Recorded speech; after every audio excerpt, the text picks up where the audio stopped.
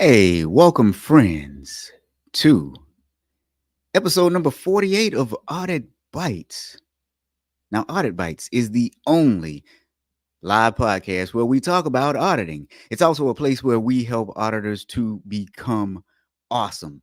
You can catch up on past episodes on your favorite podcasting platforms. Episodes like Are Auditors Imposters and What Happens When Board Governance Goes Bad. Those are two of my favorites. Go catch up on them right now. So, look, we're on your favorite podcasting platforms, live on LinkedIn, live on YouTube, and also on my website. And like I said, this is episode number 48. And today we're going to talk about why communication skills are important for auditors, why communication skills are important for auditors. But before we do, if you'd like to be eligible for a giveaway at the end of this show. Those of you who are regulars, you know what to do. For those who don't know, drop the hashtag that audit guy into the chat and you will automatically be put into a raffle. The hashtag that audit guy. So now, good morning, Heather. How are you today, my friend? And who else do we have here? We already have a few people here. Oh, we got my man Jim Grimes here. Jim, good to see you. Good to see you. Who else is here? Carol is here. Carol is showing up as LinkedIn user. So, my friends, if you guys want to interact with this person, this is Carol. So, she's always saying something that's valuable. It's more likely Carol. Kimberly Franklin is here and she has dropped the hashtag that audit guy into the chat. That's right. We will have a giveaway in just a few moments. So, communication skills for internal auditors. Listen, I remember one time when I was working with a client and they had a lot of issues. If it could go wrong, it did. But they were so pleasant to deal with. We met weekly and we discussed the issues and we worked collaboratively on solutions. So when it came time to wrap up the project, we thought everything was going to go smoothly. We sent them the final report weeks before the final meeting. And so in our minds, that final meeting, it was going to be a breeze, famous last words though, right? Unfortunately, when we stepped into the meeting room, well, we discovered that the clients were not happy. They weren't happy with us, my friends.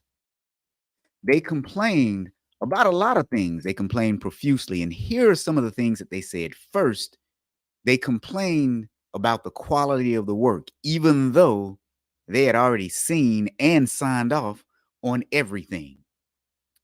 Second, they said that this audit was going to make them look bad, even though the results were factually accurate and correct.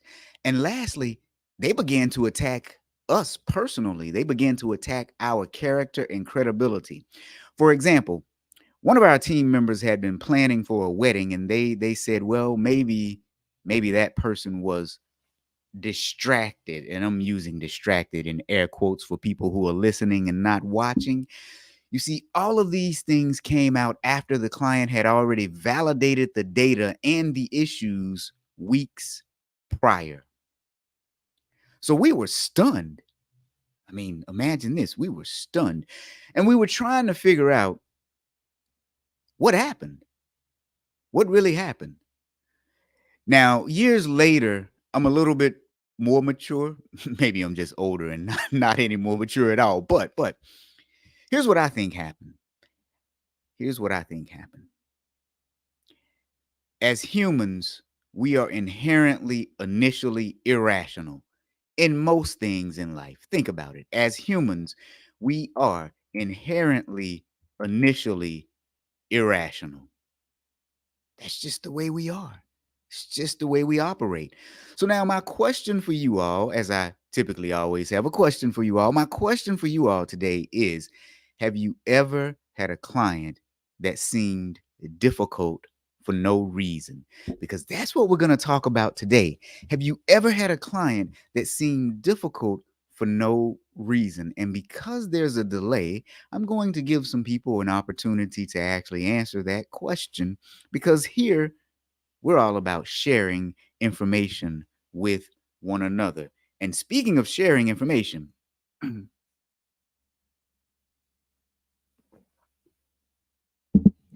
speaking of sharing information, have you ever wanted to dive deep into the mind of a criminal, wondering what made them do it? How did they do it? Were they scared?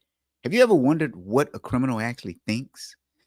If so, you have a unique opportunity to talk to someone who's actually been involved in a corporate fraud.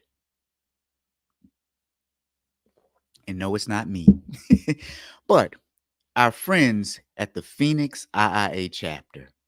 On November the 14th, well, you have the chance to talk to someone who has an incredible story of resilience and redemption, because he was actively involved in committing a corporate fraud. Now, this is on November the 14th from 8 a.m. to 1 p.m.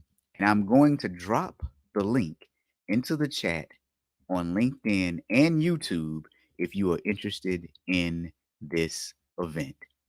Now, back to our regularly scheduled program here, folks. Back to our regularly scheduled program. Have you ever had a client that seemed difficult for absolutely no reason? Now, Jim Grimes says dozens of them, dozens of them. And Kimberly says, yes, I learned from someone unrelated to the incident that there was some projection going on from past experiences. There you go. Ding, ding. And you know what? Here's the problem, though. Because we audit types, we're so logically thinking and right brain. That's right brain, right? We're so right brained that we tend to think if we just present the evidence to clients, then they'll be on board with what comes next. Ooh, now Jim says he's had the pleasure or the displeasure to go to dinner with Andrew Fastow a couple of times, and he justified his crimes because others had signed off on it.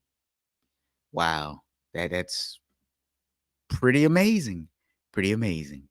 Okay, so let's get back to it. Let's get back to it. The question I had was, have you ever had clients that seem difficult for no reason? And of course we have, because as humans, we are inherently, initially irrational, especially when faced with conflict. Now, there's a lot of research about this. There's a lot of research about the nature of the human mind and how it works. Some research suggests that 95% of our decisions are actually based on our subconscious. So our initial reaction to things is going to be emotional, and it's not going to make sense. Now, I will tell you, some people question that percentage I just said, 95%. However, what is not in question is that a majority of the time we react emotionally to various things. As a matter of fact, in his book, Mindset: How to Transform Your Life from Ordinary to Extraordinary, James Justin describes us humans as having three different minds. Three different minds. Now, let's talk about that for 1 minute. The first he calls the captain. That's mind one. That is the conscious mind that communicates with the outside world. And that is communicating to us through speech, pictures, writing, physical movement, inner thoughts, things like that. So that's our highest level. The second one is, well, what he calls the surface crew. Now, that's the subconscious mind, and it manages our short term memories and maintains constant communication with the underlying beliefs and depths of the subconscious. Which brings us to the third mind, which he calls the deep crew. That's the unconscious mind, and it serves as a repository for memories and past experiences, some of which may be forgotten, some may be considered insignificant, or some may be simply repressed due to trauma that we've had. But these memories and experiences collectively shape our beliefs, our habits, and our behaviors. So, when evaluating decisions made by the captain at the top, we have to realize that we are the collective consciousness of everything that has happened to us. Now, he goes on further to use this analogy of the captain and the crew by using the iceberg. The captain is what you see at the top, making these decisions. However, those decisions are based on things that are far beneath the surface, many of which we are unaware of. That's why I like the point that Kimberly made earlier. She learned from someone unrelated to the incident that there was some projection going on from past experiences. Because oftentimes, what we do as auditors, we take it personally without even realizing that it may not even be about us.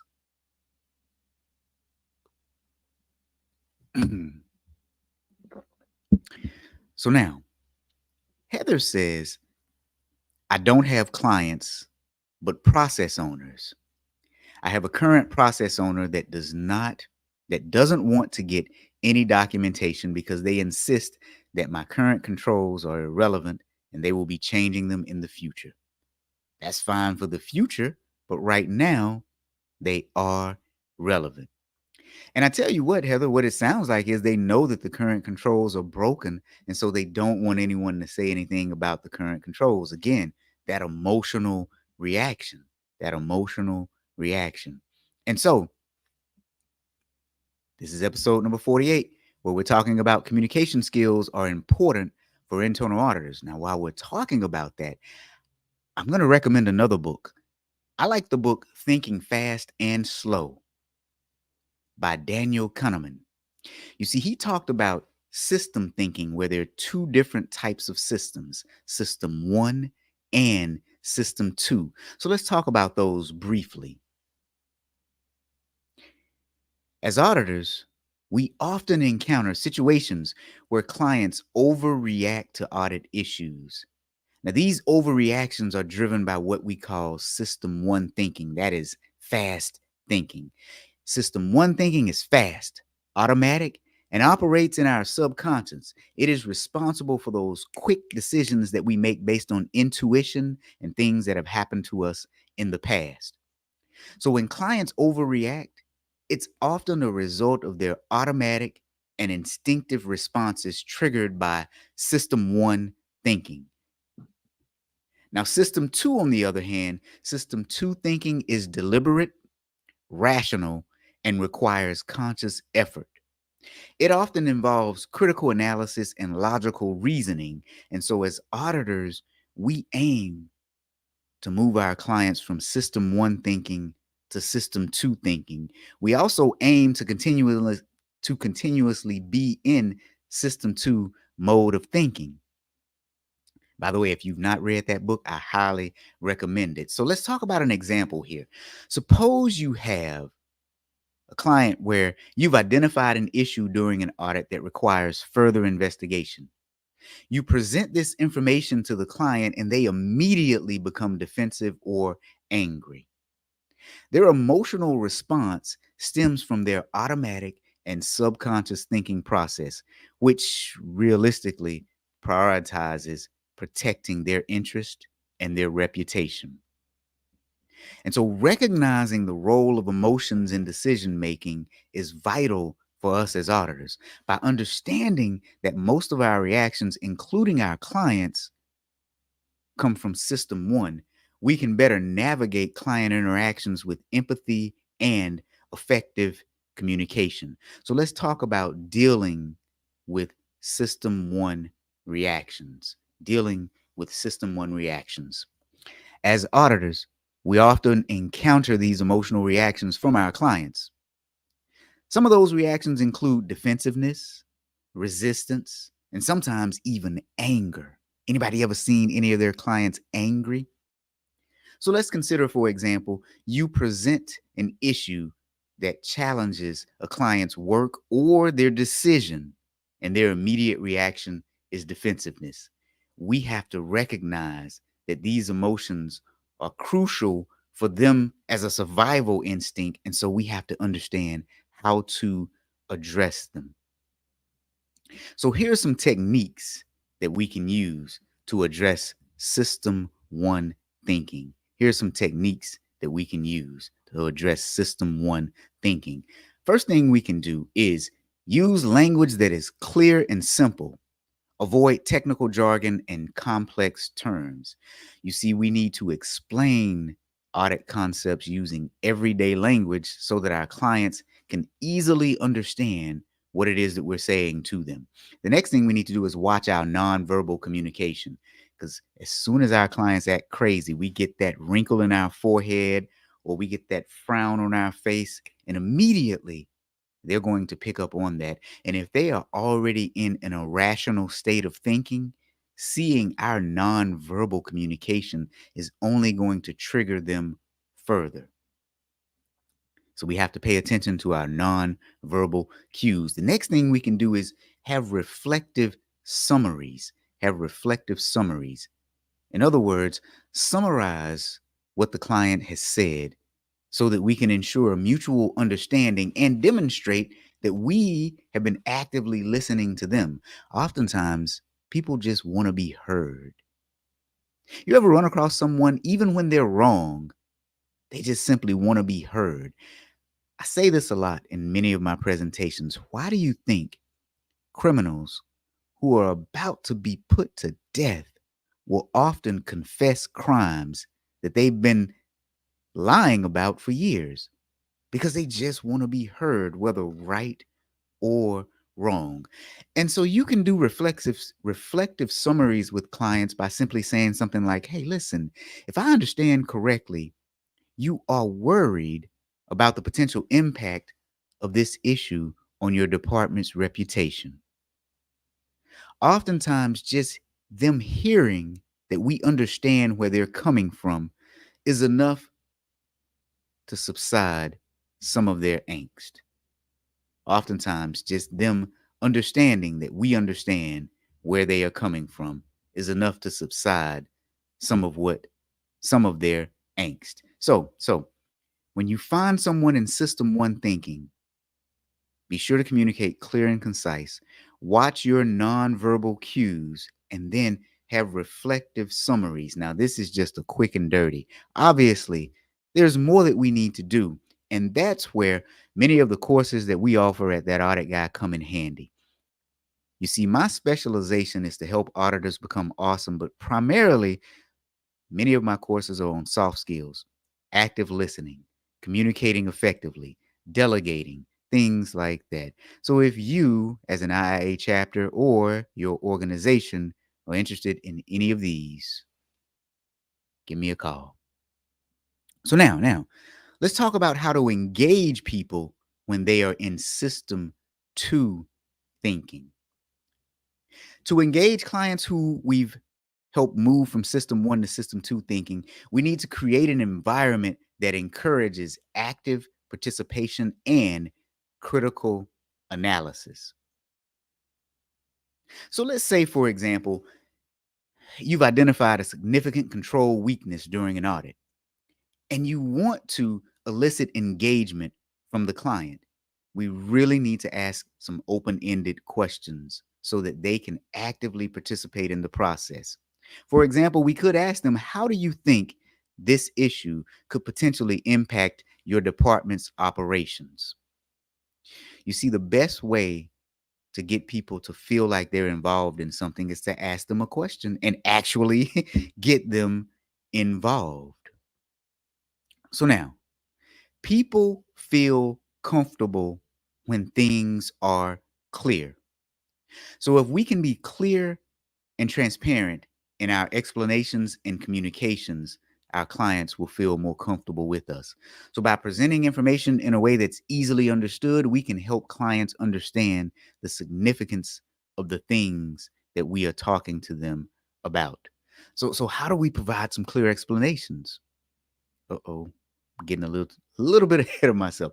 So how do we provide clear explanations with our clients? Well, first, use simple language. Second, use visual aids.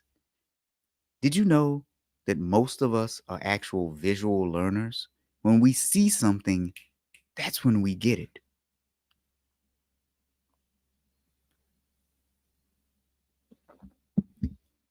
But the next thing we need to do is provide evidence based reasoning. We've got to move our clients from emotion to ration, logic, and reason. So when addressing their concerns or misconceptions, it's crucial that we support our explanation by evidence based reasoning. So when we can give our clients solid evidence, it helps to alleviate doubt and also helps to build trust in the audit process and in the individual auditor. So, what we can do is consider presenting facts, data, or benchmarking information. Use case studies, and sometimes even anecdotes help. But we need to produce evidence based reasoning. So, now when we got them in system two thinking, to summarize, there are a few things that we need to do. We need to encourage active participation. We need to use simple language, and we need to support our concerns with evidence based reasoning. So now, most of our clients start at system one thinking. It's up to us to try to move them to system two thinking. But there's a shortcut to help bypass system one thinking to begin with. So let's talk about what that shortcut is. There is a shortcut to help bypass system one thinking to begin with. And that shortcut is to build productive relationships with our clients. Build productive relationships with our clients. Creating a collaborative environment with open communication is essential. And as auditors, we can foster this environment by actively engaging clients, by seeking their input, and by encouraging participation. So for example, during audit discussions, we need to ask clients for their insight and suggestions so that we demonstrate that their opinions are valued. But the other thing we need to do, and they don't teach us this, we need to learn negotiation skills because everything is a negotiation. So, negotiation skills are crucial when working with clients in order to find common ground and reach mutual beneficial outcomes. Anybody ever studied the art of negotiation? Anybody ever studied the art of negotiation? Because everything is, well, a negotiation in life. Don't you think so? Everything is a negotiation in life. But the other thing we can do is learn to manage conflicts and difficult client interactions. As a matter of fact, one course that I have that people seem to like the best is what is it called? It's How to Handle Difficult Audit Clients. And really, in order to handle difficult audit clients, it all starts with, well, us. So let's say, for example, if a client becomes confrontational during an audit meeting, it's crucial for us to learn to remain calm and composed, to practice active listening, and to reframe the conversation, because that can help diffuse tensions and steer the interactions toward a more constructive path. So, listen, while I'm here, I want to remind you all that there is a giveaway coming shortly. And in order to put your name into the hat for the giveaway, you need to drop the hashtag that audit guy into the chat. Drop the hashtag that audit guy into the chat. So now let's talk about 3 tips that we can do to build better relationships with our audit clients. For one thing, foster an environment that's collaborative. If the first time your clients see you is during an audit engagement, you're doing something wrong. We need to establish a method where we regularly visit with our clients. Now, I know that's hard, but in your audit department, we can divide and conquer.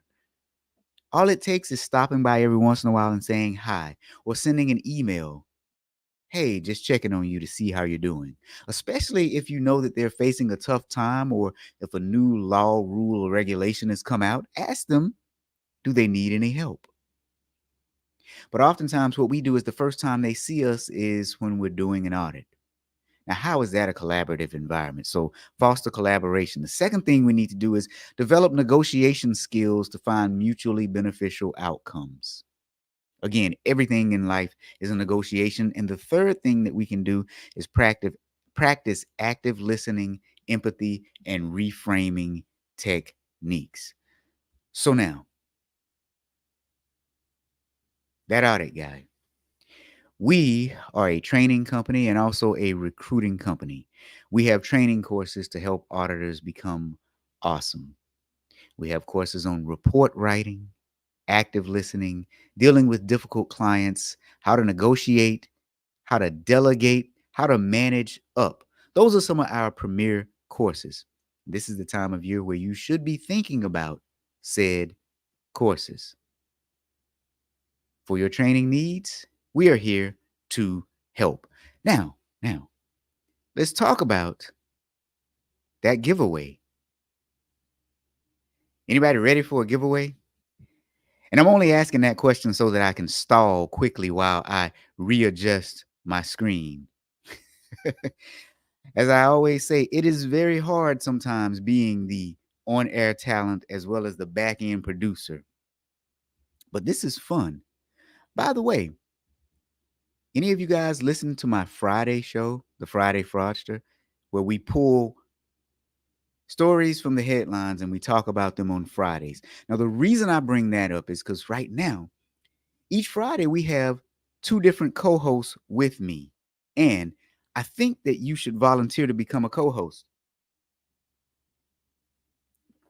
The reason why is because we give you CPE credit, but also it helps you improve your communication skills and it helps you to collaborate with other audit, compliance, and fraud professionals. So if you'd like to be my special guest co host, give me a message in the DMs.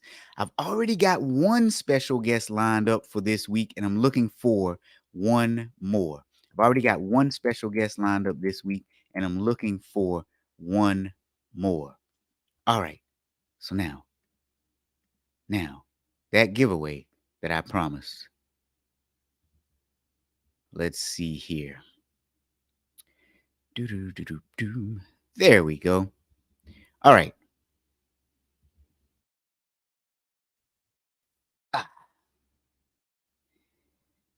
Jamal said no stalling, but you did like the smoothness of that stall technique, though, didn't you, Jamal? Kimberly says, yes, you listen to the Friday Froster as often as you are able. Heather, you got it in the last minute, my friend, because I'm about to push the button and we're about to have this giveaway. Actually, you know what I'm going to do? I'm going to make this full screen for everyone so that you can see the giveaway. All right, here we go. Who is going to be the lucky winner this week? Heather, you are the lucky winner. So, my friend, you are the lucky winner this week. You know what, Heather? I think I already have your mailing address, but if I don't, send me your mailing address and you will get a copy of the best-selling book, Ask Better Questions, Get Better Answers, Perform Better Audits. It is the book that every auditor should have on their bookshelf. Many of you already have it on your bookshelf, but for those of you who don't, you need to get this book on your bookshelf. All right. So, episode number 48 of Audit Bites. Why communication skills are important for internal auditors. The reason why is because as humans, we inherently respond irrationally and emotionally to things. And we need to understand that so that we can help walk our clients from an irrational space to a rational one, because that helps with collaboration, communication, and it helps us get our audits done faster and more efficient. That concludes episode 48. We'll see you at the next one, and we'll see you Friday at 2 p.m. Central Standard Time for the Friday Froster. Thank you all for joining me. Until next time, stay awesome, auditors.